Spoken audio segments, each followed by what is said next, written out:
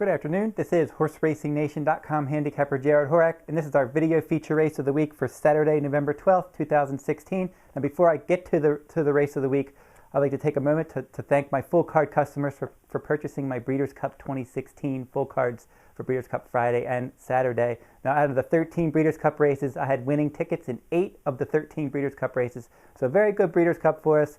If you want to learn more about my full cards, I'm offering full cards, daily full cards from Del Mar, the upcoming Del Mar Fall Meet, beginning Friday, November 11th.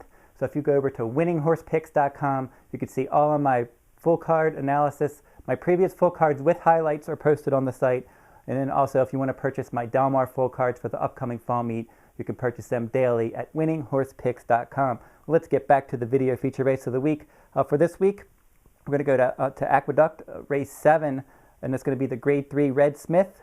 That's for 3-year-olds and up, and they're going to be traveling 11 furlongs on the turf course. And the turf rail will be set at 9 feet. We have a full field in here, and it looks like we have a few horses that are going to show some speed, so I think that the pace should be on the honest side. You have Smooth Daddy. He's probably going to end up showing some pace. I'll Call, number 4. And then Tale of Fancy, number 12. So those three look like they should be the early pace setters, and maybe the horses sitting behind them can get the first run on the late runners and hold on, and hopefully one of my value top contenders will run a good race. But let's talk about the main contenders in the race. We'll start with number 5, Up With the Birds for Trainer Graham Motion, one of 2 entrants for Trainer Graham Motion. This one last time in the Sycamore at Keeneland didn't run too poorly. He was back in 12th early, and then he ended up finishing 7th. Didn't really get too much pace help in that race. They were going really slow, 52, 118 and change. So not a horrible effort. He's a veteran horse. He's earned over $1.8 million. So he has a lot of back class. He can certainly run with this group. At 8-1, I can at least see him hitting the board. His stablemate, number 7, Messi. This one last time out, he didn't run his best race in the John Henry, but I don't think he could keep up with the quicker horses in Southern California. Ashley Love Sugar was able to win that one. Then that one was up on the pace throughout. Messi, I just think couldn't keep up. Made a decent middle move, couldn't keep up with those fractions, ended up finishing 10th that day in that 10-horse field. Certainly, he's capable of much better, like when he won the Sky Classic at Woodbine on August 21st at 10 furlongs. So this one, it's certainly capable of hanging in there with grade company. That was a Grade 2 race that day in the Sky Classic at Woodbine. Then he won a couple races in New York last summer when he first came to the U.S. So he's run well in New York in the past. He's a graded stakes winner. He's won at this distance before. He won at Saratoga August of 2015. So there's some positives here. He's got some running style versatility. He can come from further back. He can sit up on the pace. And then he also reunites with Edgar Prado, and Edgar Prado was aboard for that aforementioned Sky Classic victory. Number 8, Wake Forest, deserves to be the favorite. He's 8-5. He's been really hooking Grade 1 company in multiple starts, in almost all of his starts since he's come to the U.S. He was in the Grade 2 Pan American, but his other races were all Grade 1s. The Canadian International last time, again, that was a race where there was no pace. They were going 52, 118 and change, and he ran well to finish a decent third. Now, he's only 1 for 6 this year, but as I said, he's been facing Grade 1 company. This is a Grade 3 event. He fits with these for sure.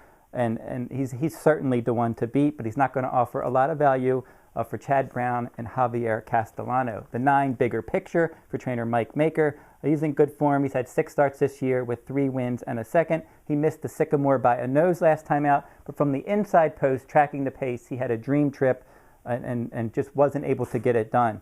Now he's back in Grade 3 company again. I think this is kind of where he belongs class-wise.